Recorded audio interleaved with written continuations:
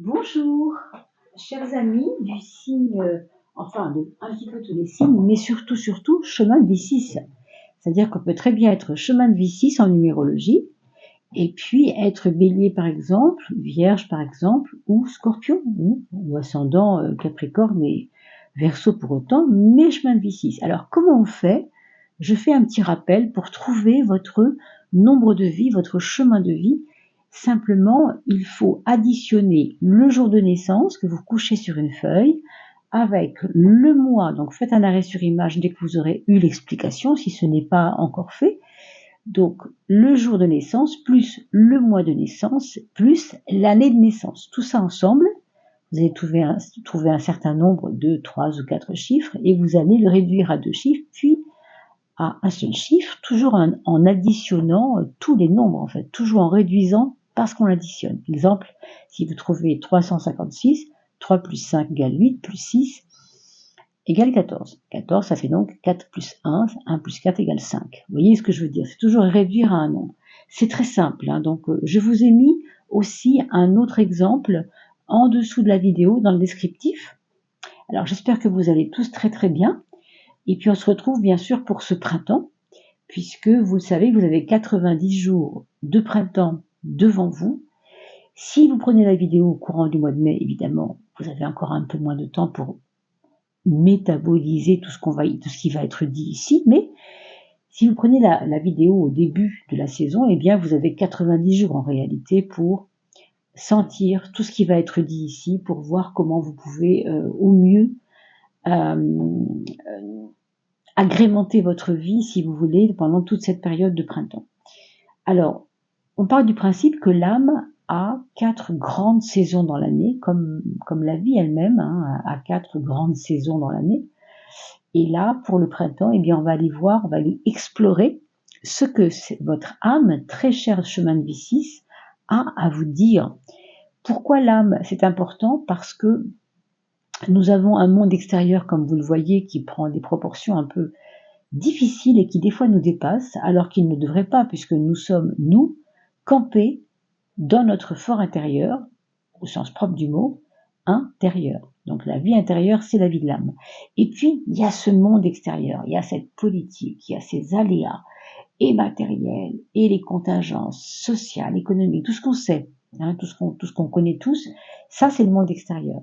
Mais en aucun cas, il doit altérer le monde intérieur. Donc on va regarder ici la carte du je suis pour commencer à voir ensemble, pour vous, chemin de vie 6 notamment, pendant ce printemps, ce qu'il faut au mieux essayer de passer, essayer de vivre au mieux.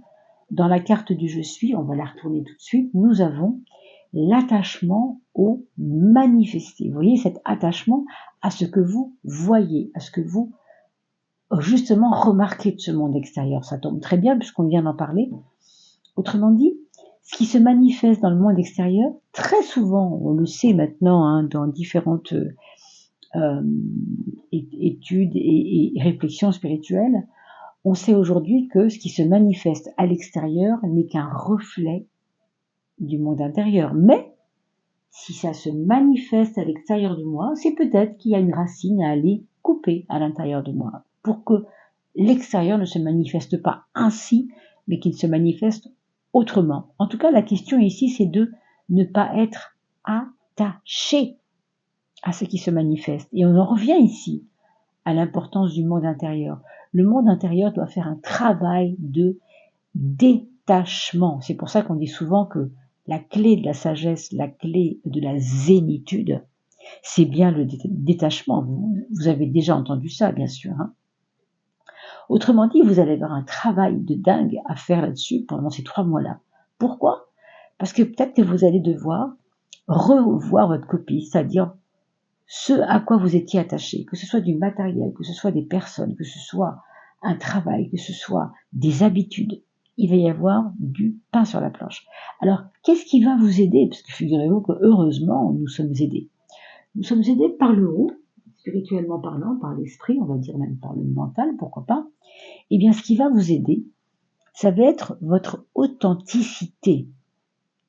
Autrement dit, quand vous étiez très jeune, vous avez fait comme un pacte avec vous-même en vous disant, moi, ma vie, je veux qu'elle ressemble à ça.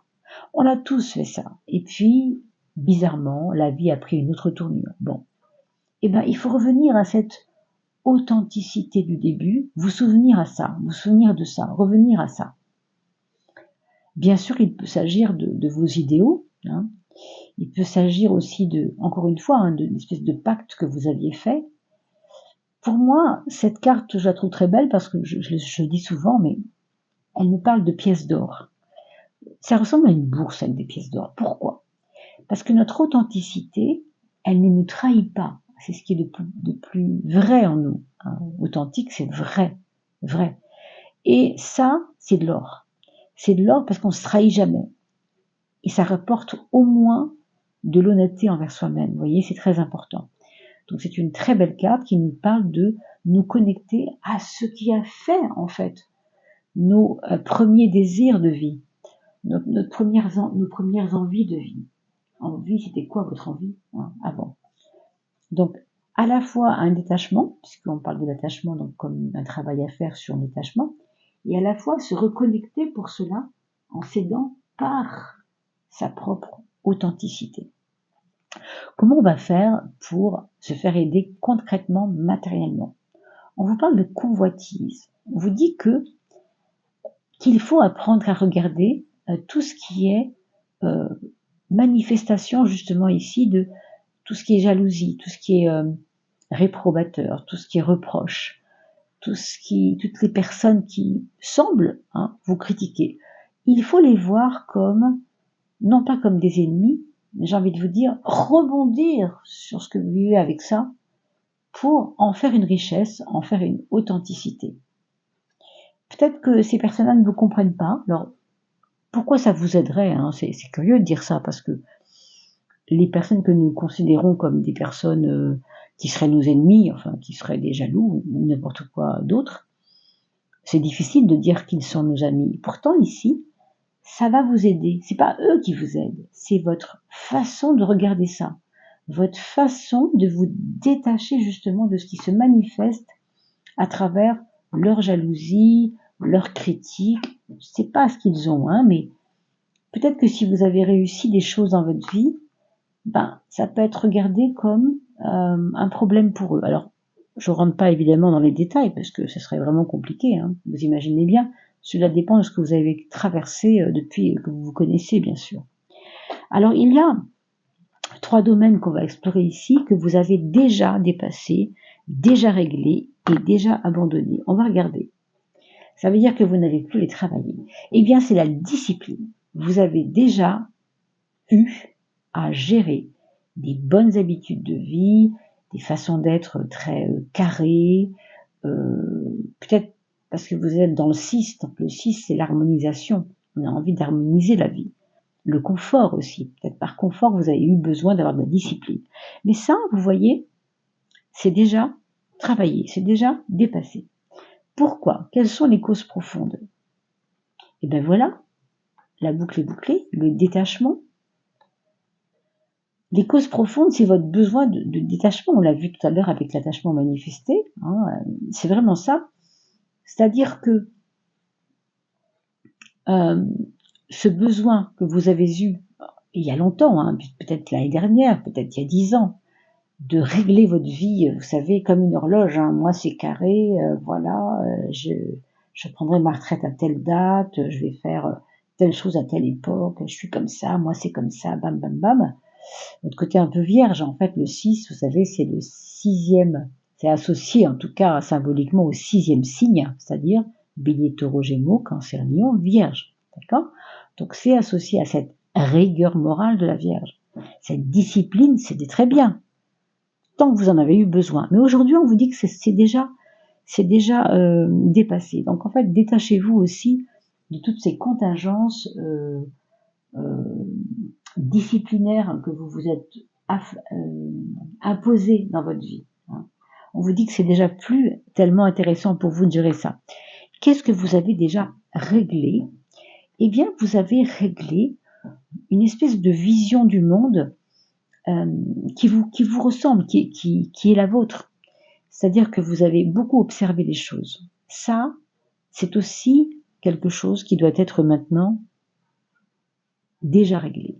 Je ne dis pas que c'est fait à l'instant T quand vous allez prendre cette vidéo, mais on sent qu'il y a déjà eu un travail de fait et donc vous n'y reviendrez pas. On verra au contraire ce qu'il reste à faire, hein, plutôt que là ce qui est déjà fait.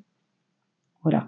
Mais c'était aussi pour vous une facilité de percevoir le monde à travers un regard très, oui, observateur, une acuité comme ça du regard, quelque chose de très, je veux pas dire critique non plus, mais peut-être que oui, il y avait un côté critique peut-être chez vous, hein, mais enfin, pourquoi c'est déjà réglé et pourquoi vous n'avez plus besoin d'y revenir. Les causes profondes, c'est le prana. C'est parce que, en fait, vous avez passé trop de temps à juger, à observer pour juger en fait les choses, et pas assez de temps pour respirer pour vous-même, pour vous faire du bien et pour prendre toute votre place. Le prana, vous savez, c'est la respiration. C'est la première action que fait un bébé au monde avant de manger même, avant de pleurer même. Il respire. Hein. Il prend le premier souffle, d'ailleurs, quelquefois c'est un peu douloureux, mais dans votre cas, ce qu'on vous dit ici, c'est qu'au contraire, prenez le temps maintenant de respirer parce que vous n'avez plus autant besoin d'observer le monde pour faire vos critiques. Vous avez déjà compris des choses et on avance maintenant. Qu'est-ce que vous avez abandonné? Études spirituelles. On nous dit que là, pour le coup, il y a des choses que vous vous posiez comme question, hein, sur le sens de la vie, sur ce qui pouvait vous guider spirituellement, et on vous dit que ça aussi, vous avez fait votre part. Vous avez déjà réglé ça, vous avez déjà abandonné cette idée-là parce que c'est un peu derrière vous. Et pourquoi au fond, hein, la cause profonde? Eh bien, parce que vous aviez déjà les réponses avant même de vous poser les questions. Intuitivement peut-être, hein, parce que vous avez développé cette vision, cette vue, ce troisième œil, cette réceptivité de l'intérieur. Oui, donc du coup, c'est cet éveil que vous avez manifesté dans d'autres vies, peut-être même au début de cette vie-là, peut-être même dans votre jeunesse, ou même il y a 1 an ou 2 si vous avez eu un éveil particulier. Tout ça, c'est de l'acquis. Donc on ne va pas perdre de temps à continuer à mettre de l'énergie là-dedans. Hein. C'est un acquis, donc tant mieux. Qu'est-ce qu'il nous reste maintenant à créer, à faire, à observer, à dominer, vers quoi nous devons nous élever? On va d'abord voir ce qu'on doit apprendre à dominer. Encore une fois, comme vos prédécesseurs juste avant vous, hein, le nombre 5, il faut aller vers la méditation. Il faut vraiment vous obliger chaque jour à prendre ne fût-ce qu'1 minute, vraiment, à sortir du chaos de la vie, à sortir de vos préoccupations mentales, à sortir de vos préoccupations sur votre santé, par exemple, ou sur vos enfants, ou sur votre... peu importe de quoi il s'agit. Mais on vous dit de vous extraire des turbulences, hein, pour aller vers plus de paix, plus de tranquillité, plus de douceur, j'entends aussi. Hein. Pourquoi? Quelles sont les causes profondes de ce besoin de méditer? On vous dit que quand vous apprendrez à méditer, ne fût-ce qu'1 minute par jour au début, hein, vous pourrez ensuite faire 1 minute matin, 1 minute soir, et peut-être 3 fois par jour 1 minute, puis peut-être un jour vous passerez à 3 minutes, 1 fois par jour, peut-être 2 fois par jour. Vous voyez, c'est pas d'un coup, hein, c'est progressif. Mais apprenez à le faire parce que quand on parle de méditer, on ne parle pas de méditer sur un coussin forcément. Hein, je vous le dis souvent, mais méditer, vous savez, c'est juste cesser toute activité du corps et de l'esprit. Pour le corps, c'est facile. On peut s'asseoir et on n'en parle plus. Même rester debout s'il faut, mais c'est mieux de s'asseoir pour méditer. Mais l'activité de l'esprit est beaucoup plus difficile à cesser. En tout cas, ce qu'on vous dit ici, vous le verrez à la pratique, ça. C'est que si vous rentrez dans une habitude, puisque vous êtes quelqu'un de discipliné, vous pouvez aussi vous imposer certaines disciplines, pas les mêmes qu'avant, on a vu, mais par exemple ici, méditer, vous asseoir 3 minutes par jour, sans penser à rien et juste respirer, comme on a vu tout à l'heure. Prana, c'est la respiration, ça tombe plutôt bien. Eh bien, ça va vous apprendre à abandonner certaines idées fixes Parce que vous pouvez être quelqu'un avec un chemin de vie 6 qui est dans des idées fixes. Abandonner aussi peut-être des habitudes toxiques pour vous. Hein. Méditer, vous poser va vous permettre de voir ce qui ne vous fait pas du bien. Parce que vous allez avoir un certain recul, un certain justement détachement manifesté. Hein. On a vu tout à l'heure l'attachement, et ici le détachement. En effet, vous allez mieux comprendre ce qui vous fait du tort, ce qui vous fait du mal, ou ce qui ne vous va plus tout simplement. Hein. Alors, allons voir maintenant ce qu'il faut abandonner. Donc, allons voir, maintenant je reprends, vers quoi vous devez vous élever. Alors, vous devez vous élever vers la co-création. Alors là, on va parler de confiance. Confiance en vous, je suis d'accord, mais confiance aussi surtout dans la vie elle-même. Et ça, c'est pareil, c'est pas évident du tout. Hein. C'est pas évident parce que le 6, c'est un nombre assez rationnel. Le 6 nous parle de méthodologie, nous parle de pratico-pratique, nous parle de harmonisation. Il fait peu confiance aux choses comme ça qui arrivent du destin, par exemple, ou de l'intuition. Hein, c'est pas trop son truc. Et là, du coup, on vous dit de oui, vous ouvrir à ça, c'est important. Et pourquoi c'est important? Parce que vous allez créer avec la vie elle-même, avec l'univers, on pourrait appeler ça. Hein. Et pour certains, on pourrait dire avec l'énergie divine, pour ceux qui sont un peu là-dedans. Hein. Pourquoi? Parce qu'on parle de pranayama. Et là, on va reparler de respiration. Pranayama, on nous parle encore de respiration, mais là, je dirais que c'est plus une respiration rythmique. Vous avez des moments dans votre vie où il faudra être actif, ok, c'est normal, on va marcher, on va travailler, on va faire du sport, on va rendre visite à des amis, bon, ok. Ça, c'est des choses concrètes et pratiques. Mais, stop. Des fois, il faut stopper. Et il faut vraiment, c'est important, hein, si on vous dit méditation ici, et pranayama ici, vous savez, le pranayama, ça consiste à respirer par une narine et puis sortir l'air par l'autre narine, puis inspirer par la même narine qui vient de faire sortir l'air, et ensuite souffler par l'autre narine. Ça s'appelle pranayama, ça se pratique comme ça, il y a plusieurs façons de le faire, bien sûr. Mais tout ça, ça correspond à une intelligence du corps, une intelligence du rythme du corps. Et on a besoin dans une journée, on le sait puisqu'on dort à peu près 8 heures par jour, et on reste en veille à peu près 16 heures, enfin pour schématiser un peu, hein, 16 et 8, 24, oui c'est ça. Mais c'est pas toujours comme ça, on peut dormir un petit peu plus et être en veille un peu moins aussi, ça dépend des personnes.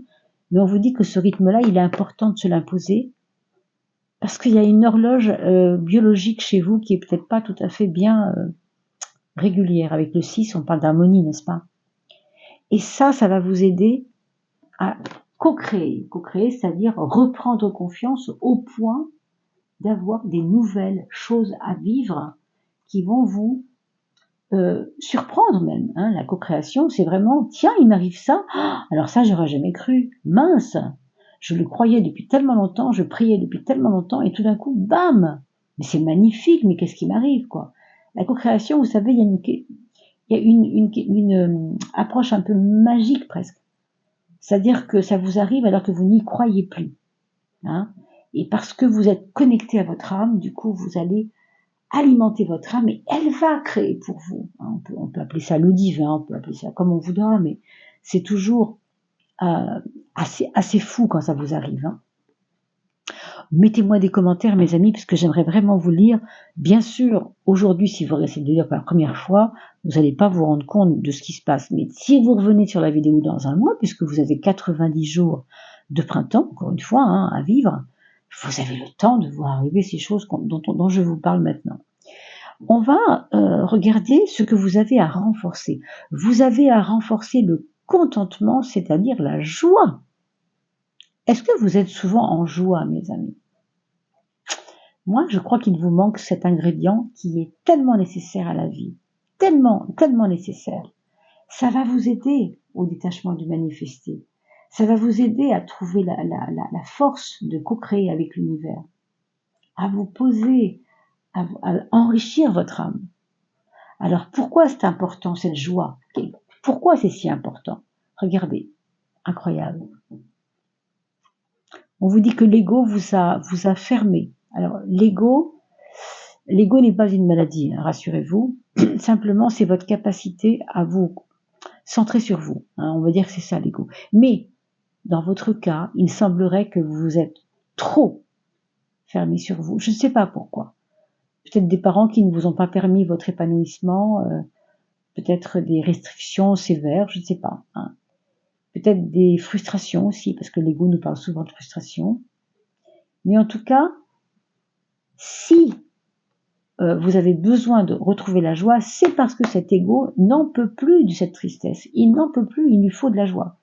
Donc vous avez ces 3 choses, absolument, hein, revoyez la vidéo dans quelques temps, à réaliser pour vous, pour que ce printemps se passe évidemment le mieux possible, mais pas seulement ça. C'est que intérieurement, vous fassiez grandir cette âme. On parle de grandeur d'âme souvent, vous voyez. Donc c'est très beau, hein, c'est très très beau. Hein. Très beau tirage, mes amis. Hein. C'est magnifique. Hein. Depuis que j'ai commencé cette série hein, pour le printemps, vous allez avoir beaucoup de personnes vont avoir un printemps assez incroyablement porteur, j'ai l'impression. Allez, mes amis, ben pour une fois, je vais couper. Tiens, parce que c'est pas une fois n'est pas coutume. Je le sens comme ça tout de suite. Allez, ce sera celle-ci. Earth Angel. Ça, c'est donc l'oracle de Dorine Virtue, hein, donc qui s'appelle Angel Therapy. Je ne vous ai pas cité cet oracle-là, c'est l'essence du yoga, que j'aime beaucoup employer pour le travail de l'âme, parce qu'il nous parle de profondeur, il nous parle vraiment de profondeur d'être, donc d'âme évidemment, parce que le yoga c'est la reliance, hein, ça veut dire relier. Earth Angel, c'est l'ange de la terre, c'est votre propre votre double qui est, vous êtes peut-être